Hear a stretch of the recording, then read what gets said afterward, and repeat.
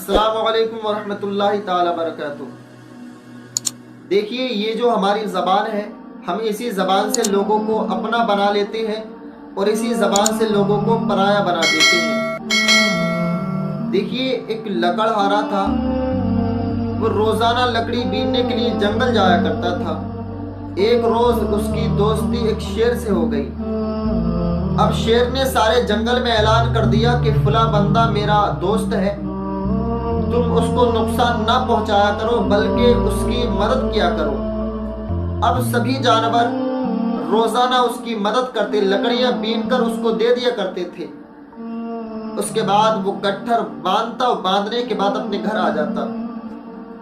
گھر آنے کے بعد اپنی بیوی سے اس کی تعریف کرتا۔ بستی میں جاتا تو بستی میں اس کی تعریف کرتا۔ جہاں پر بھی بیٹھتا اپنے دوست کی تعریف کرتا، لیکن کبھی اس نے یہ نہیں بتایا کہ میرا دوست جنگل کا شیر ہے۔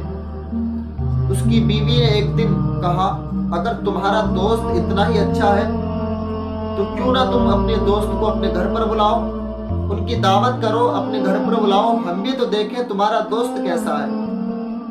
جب اس کی بیوی نے کہا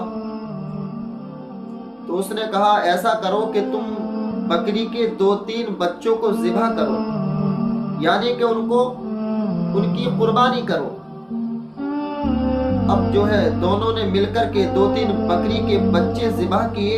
اس کے بعد اس کی بیوی نے کہا، بتاؤ میں اس کا کیا کروں؟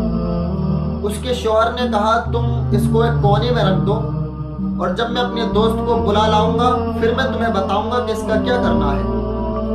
اب وہ اپنے دوست کو بلانے کے لیے چلا گیا۔ اس کے بعد ایک پردے کے پیچھے اس نے اپنے دوست کو کھڑا کر دیا۔ اس کے بعد اپنی بیوی کو بلایا۔ بلانے کے بعد جب پردہ ہٹایا، جب اس کی بیوی نے شیر کو دیکھا تو اپنے شوہر سے کہنے لگی، تم ایک جانور سے دوستی کرتے ہو۔ اس نے شیر کے بارے میں بیہودہ باتیں کہی۔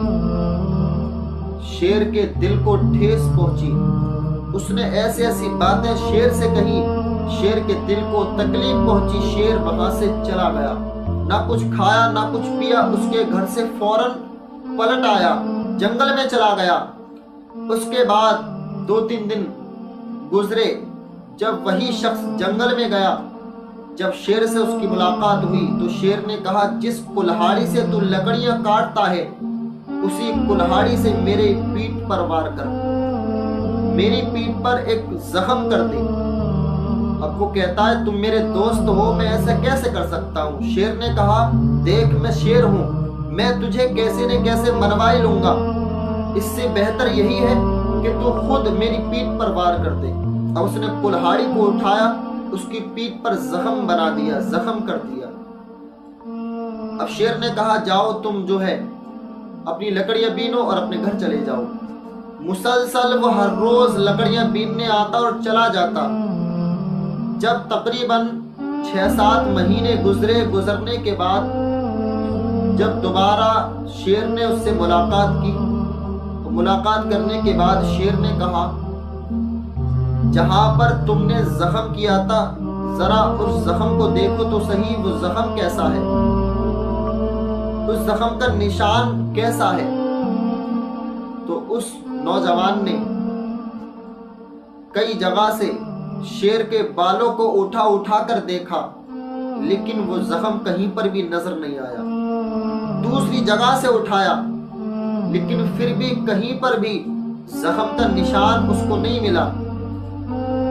جب ہار کر شیر نے کہا، دیکھ جو تو نے میری پیٹھ پر زخم کیا تھا وہ زخم تو مٹ گیا، وہ زخم تو ختم ہو گیا، اس کا نشان بھی باقی نہیں ہے، لیکن جو باتیں تیری بیوی نے کہی تھی وہ باتیں آج تک میرے ذہن میں ایسے ہی گردش کر رہی ہیں جیسے اس نے آج ہی کہا ہو۔ جب میں ان باتوں کو اپنے دماغ میں سوچتا ہوں تو آج تک میرے دل میں تکلیف ہوتی ہے۔ تو دیکھیے بھائیوں، ہم اسی زبان سے لوگوں کو اپنا بنا لیتے ہیں اور اسی زبان سے لوگوں کو پرایا بنا دیتے ہیں۔